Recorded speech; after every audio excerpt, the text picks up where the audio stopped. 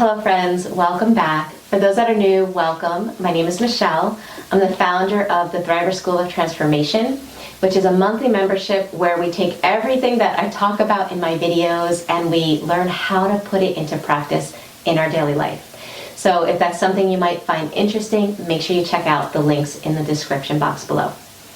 Today I'm talking about 5 reasons why people that have complex PTSD get stuck in anger. In my face-to-face coaching, I get a lot of people that are out of relationships with malignant narcissists.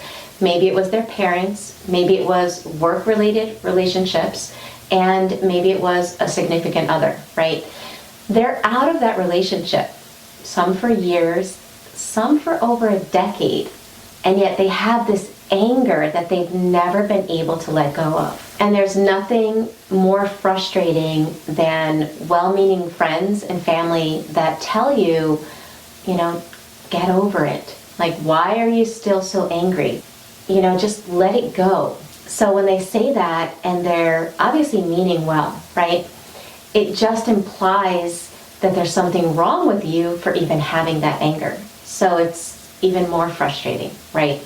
So we're going to talk about those 5 reasons, and at the end of this video, I'm going to give you a resource for anyone that's tired of learning and getting validated, and now they want to actually do something about the anger. Make sure you watch to the end because I have an awesome resource available for you. So the first reason why that anger is so intense and why it's so hard to let go of is because if you had narcissistic relationships in your childhood or in your adult life, or both, right, then you experienced a lot of pain and a lot of fear, okay? So we have to remember that anger is a secondary emotion. It's not what we're really feeling. It's trying to protect us from more vulnerable feelings like pain or fear. When you think of narcissistic relationships, you experience a lot of pain, and it was done on a regular basis. In fact, that's why so many victims of narcissistic abuse wind up with complex PTSD, because of the chronic amount of psychological abuse and emotional pain that is inflicted on a daily basis, right? It's almost like you think of the snowball that starts at the top of the hill, right? It starts off really small, and then as you're rolling it down the hill, it's getting bigger and bigger. Well, with narcissistic abuse, the pain starts off small, right? You go from that love bombing to devalued, and it starts off in little ways. But because it's every day, because of the consistency, and because it gets worse as time goes on, it's like an emotional snowball that is now huge in your life. And it's the same thing with fear. So we think of, well, was I really feeling fear? Even if you weren't afraid for your life, even if you weren't afraid you were going to get hit, right? Let's put aside severe physical abuse, and we're thinking along the lines of chronic everyday fear. If you're not sure if you were experiencing that, ask yourself, while in those relationships, did I feel like I was walking on eggshells, right? We tend to identify very much with that phrase, we're walking on eggshells. Well, what does that mean? It means that you're afraid of what's going to happen. There's this underlying fear of how they're going to react. Are they going to be upset? Are they going to be angry? Are they going to rage? When is the ball going to drop, right? When is the peace that maybe you're feeling at the moment, but you're walking on eggshells because you're wondering when it's going to be taken from you? So again, it's that chronic fear, walking on eggshells every day, that it's rolling down the hill and it's growing, and it becomes really huge. And the reason it gets stuck inside, and this kind of bleeds into my second reason why anger gets stuck inside, and it has to do with what or how that anger and fear is handled in the relationship. Okay, so for example, in healthy relationships, people hurt each other, right? So there's pain in relationships. Well, what's the difference? In healthy relationships, if somebody hurts the other person, well, even if you don't agree with the other person's viewpoint, you still see their viewpoint. You still care about their viewpoint, and there's some kind of a conversation that validates that pain, and both parties work towards resolution. Well, that doesn't happen if you're dealing with somebody that's on the spectrum or that might be high on the scale of narcissism. If anything, your emotional pain is never addressed, it's never seen, it's never validated. Okay, so why is that such a big deal? Well, you think about a physical wound. If you get a physical wound and you're bleeding, right, and you don't treat that wound, it could be a small wound, doesn't have to necessarily be, life endangering, but if you don't treat that wound, it can become infected. And then a small wound becomes a huge problem because it wasn't treated, right? Well, emotional wounds in narcissistic relationships, they never get treated. Because they are never seen, because they are never validated, it's like an untreated emotional wound. And they accumulate because it's chronic, right? It's every day. And then it becomes a huge infection. It becomes an emotional infection of just intense anger, because that anger is hiding all of the unresolved, unhealed, invalidated emotions that are within you. The third reason that the anger gets stuck is due to cognitive dissonance, right? Cognitive dissonance is when we have two thoughts in our mind that there's no harmony between those two thoughts. And we often think of cognitive dissonance when we're with somebody abusive, right? There's a lot of videos that talk about that, where the two opposing thoughts might be, he loves me or she loves me, but he or she's hurting me. So those two opposing thoughts cause the mind to feel extreme discomfort. And it's almost like it can get stuck because it's in the middle of two things that it just can't wrap around. So in this case, with anger, the two thoughts might be, I need to let go of this anger, but your mind might still be holding on to thoughts like, but, if I do, then that means they get away with it. Or it might be, if I let go of this anger, then that means that it didn't matter, right? Because the other person never validated what you went through, so there's this thought that if you let go of that anger, that you're somehow letting them off the hook. Or,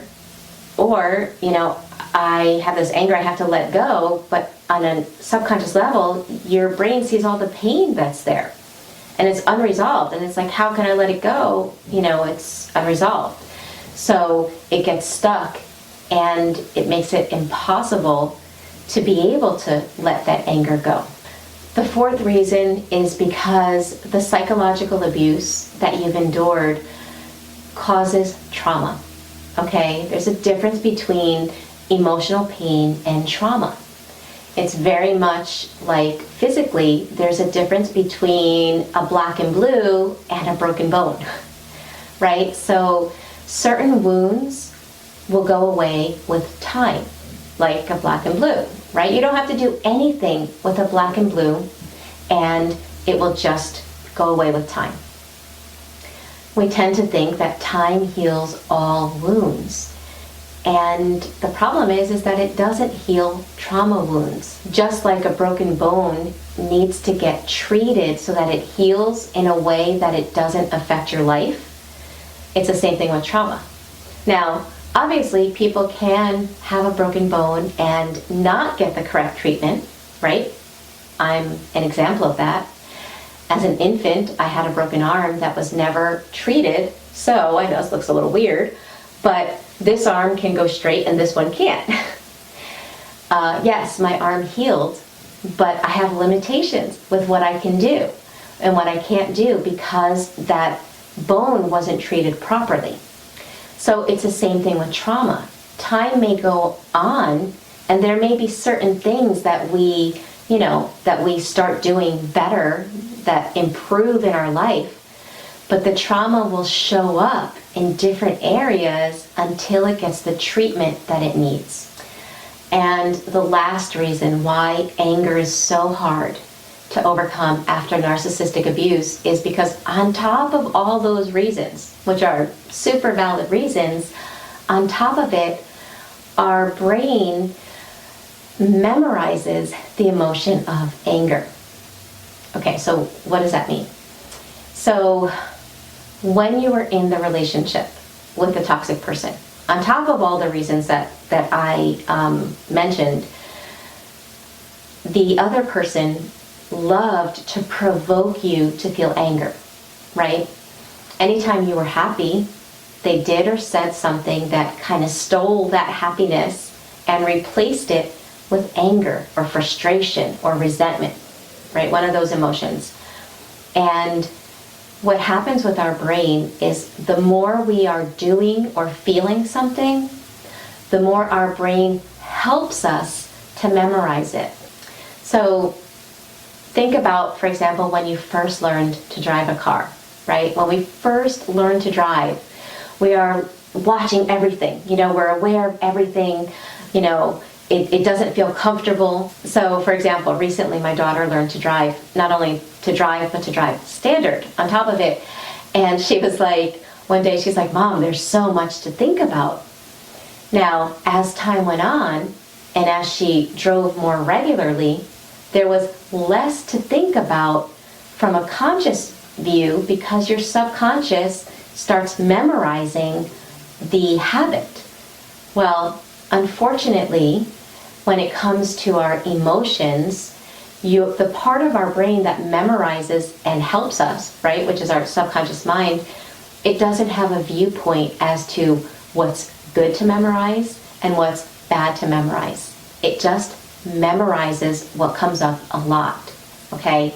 So if you're being provoked to anger a lot, your brain starts saying, oh, this is something common. Let's help Michele get there faster. And it learns the neural pathways to give you anger to the point that you'll feel the anger without a cause. It'll just be there because your brain has memorized it and now it's a habit in the body. And that's something that doesn't just go away with time.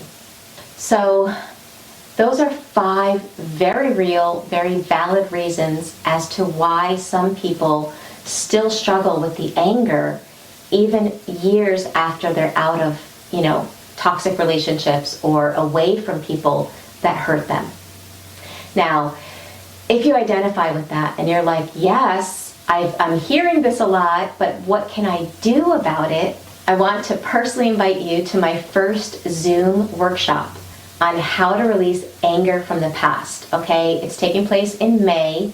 It's a 2.5-hour workshop, and then there's gonna be a section of Q&A where you can ask me questions and I will answer them, okay? The workshop is $25. All of my workshops will be free to the members of the Thriver School of Transformation, and I'm gonna leave the link in the description box below, okay? If you're ready to do the work, if you're tired of just learning about why the anger is there and you actually want to do something about it, please check out the description box below. And more importantly, make sure you sign up for that workshop. Again, it's $25 and I have a limited amount of people that Zoom will allow at one time. So if it's something that you really want to work through, make sure you join today.